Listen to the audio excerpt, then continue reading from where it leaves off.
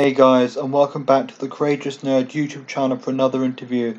I'm Connor, and joining me today is Nick Marini to chat all about his role in the new film Night Night, directed by Nikki Koss, as well as playing Twig in Season 3 of Cobra Kai on Netflix. If you enjoy this interview or the others on the channel, please be sure to like and subscribe.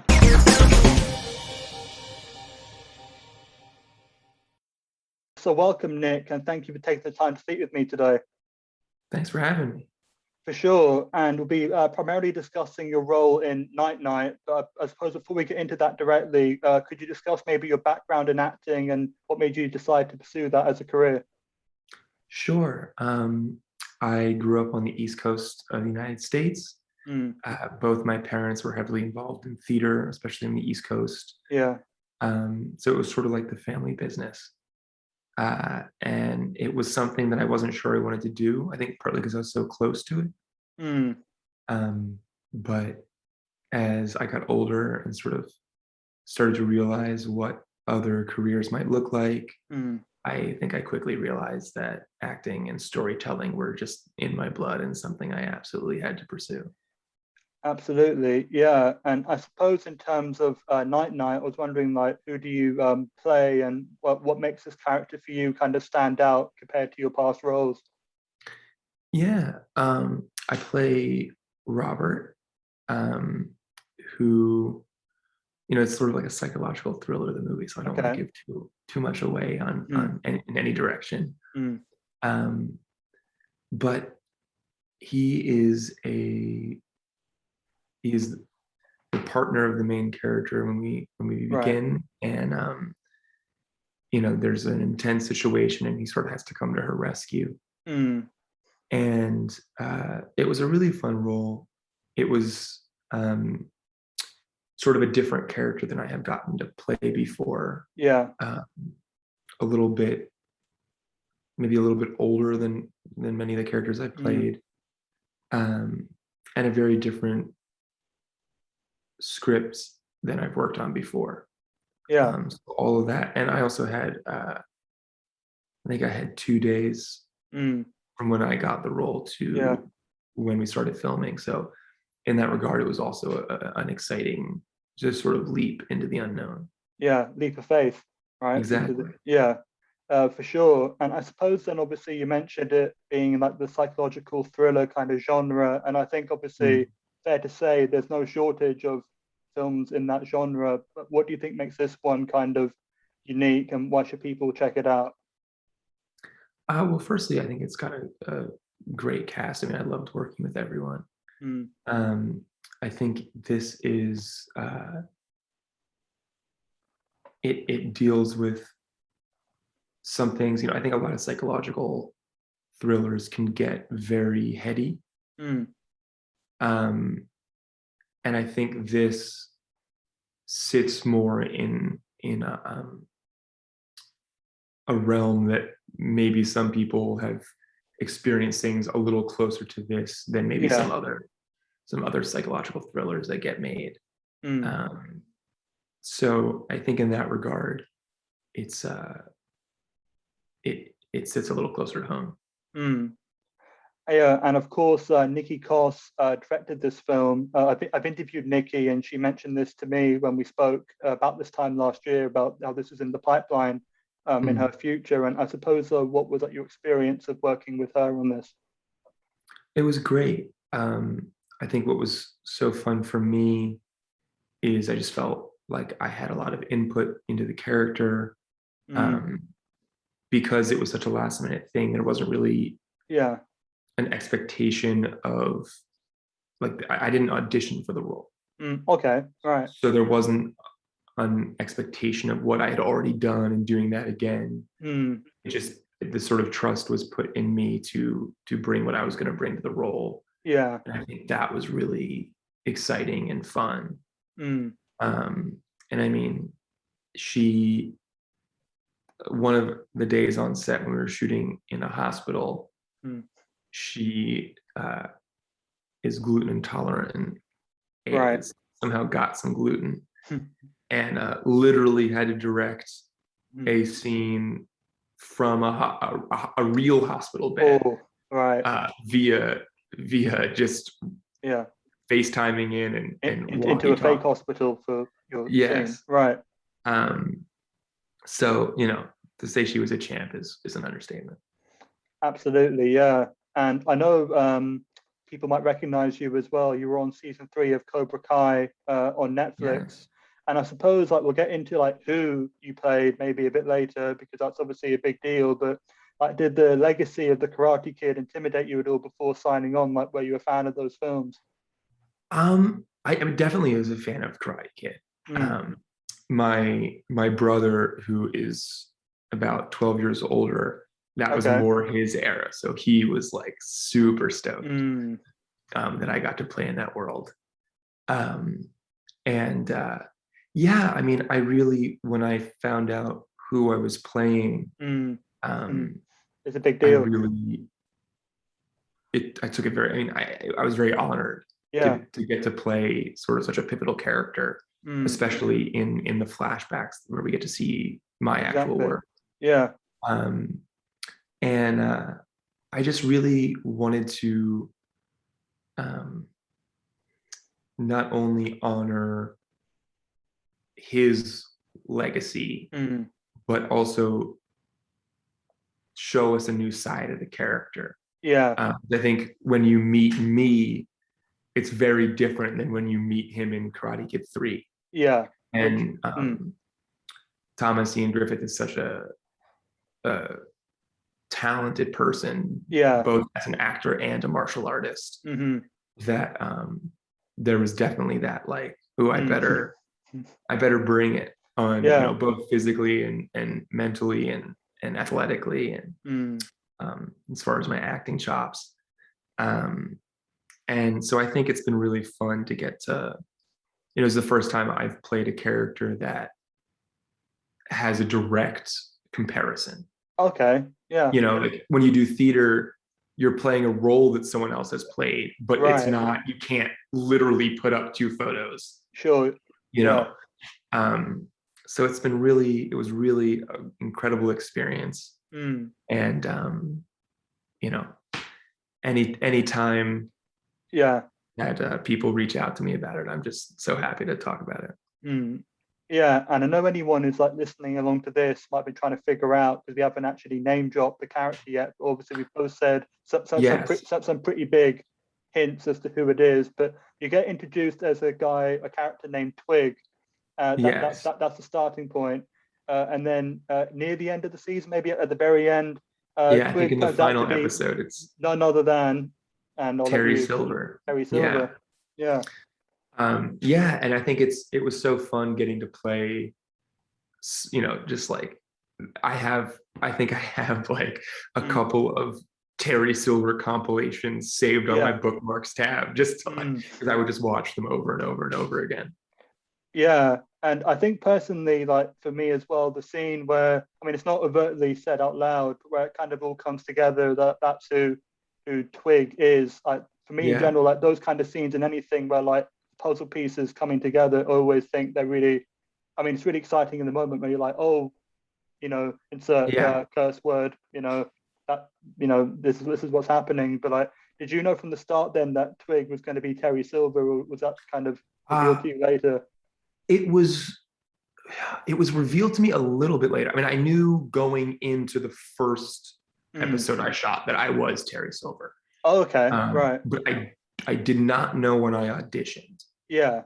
Um, and I think, you know, uh, I think even the audition wasn't for Terry Silver. Oh, right. Okay.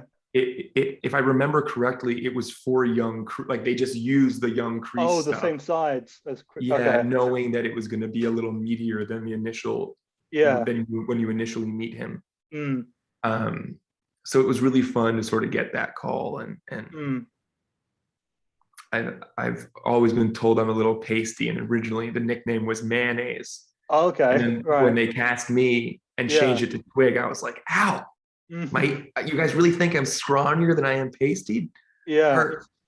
No, but yeah, it's been a blast to get to be a Mm. part of that vaunted universe.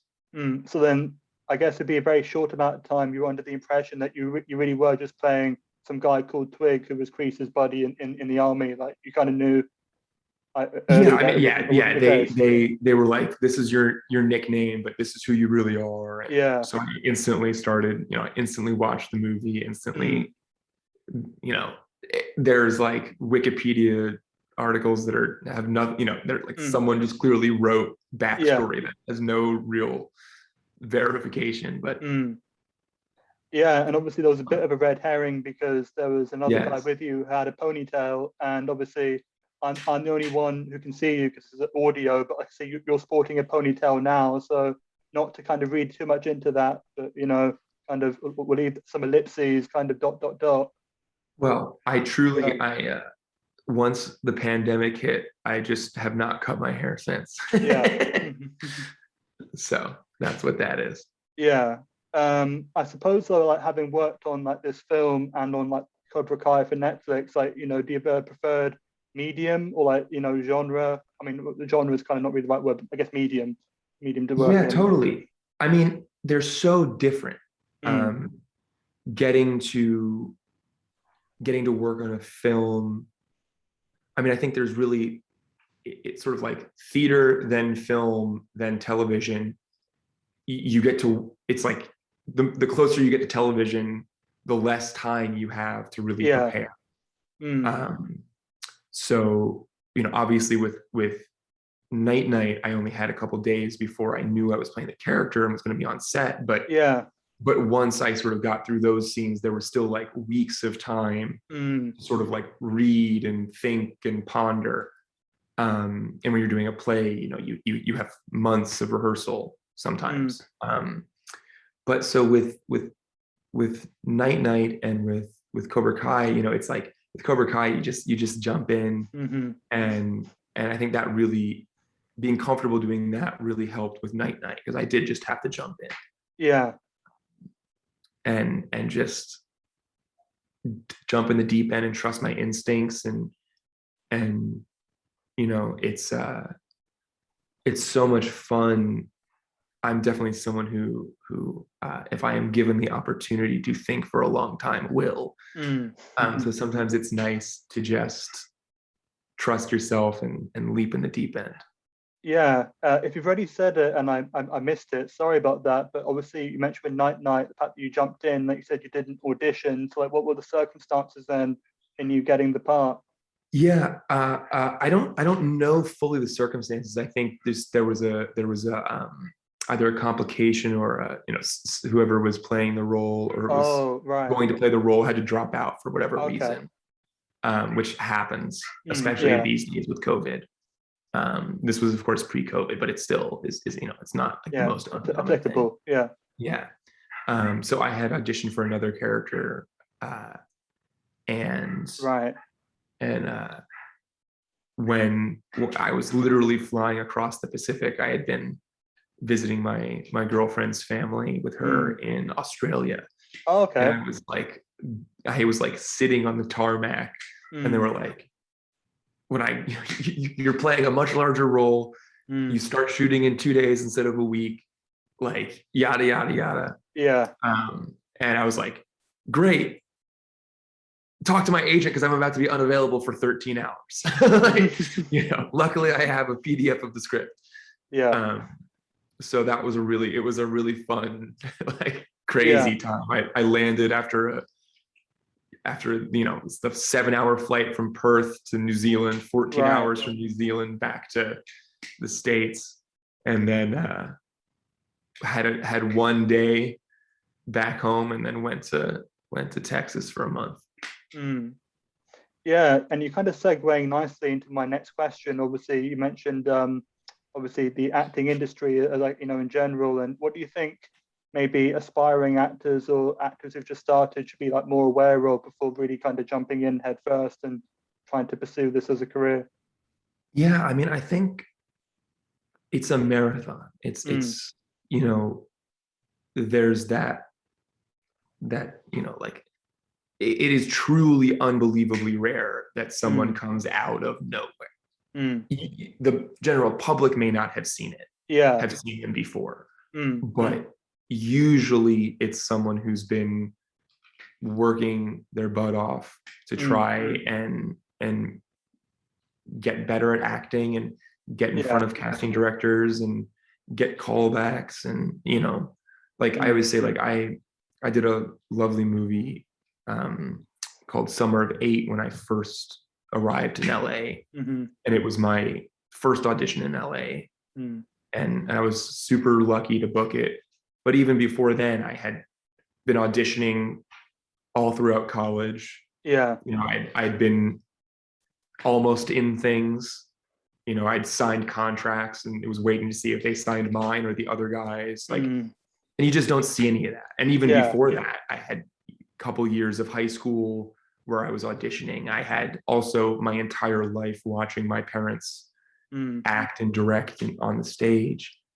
And so, I think it was easy for some people who had never met me when I got to LA to be like, man, you just got here and you're already doing a movie. And it's like, well, yes, but also, exactly. I've been not doing anything pretty hard for 6 years. Right. At that point, so it's about persistence, and it's about not getting, being an actor is being okay with rejection. Thick skin, right, and all that kind of thing. Because you can lose a job for 1,000 reasons, none of them which are a critique of you as a person. Which I've heard a lot as well from other actors. I've asked a similar question to. And then just kind of going off of what you said, would you say then something like an overnight star or like overnight sensation, is kind of a false kind of concept? Maybe unless you're like a kid who hasn't worked at all, like so that like the Harry Potter level kind of fame, but just kind of thing, right?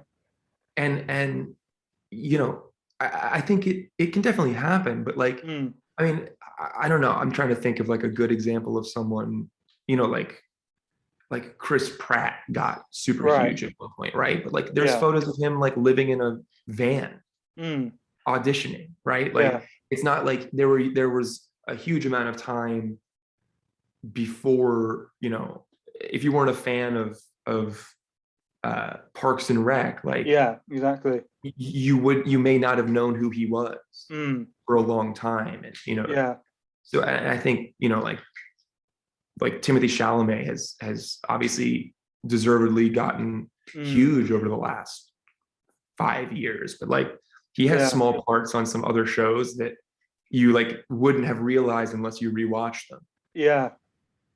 So it's about putting the work in and trusting yourself.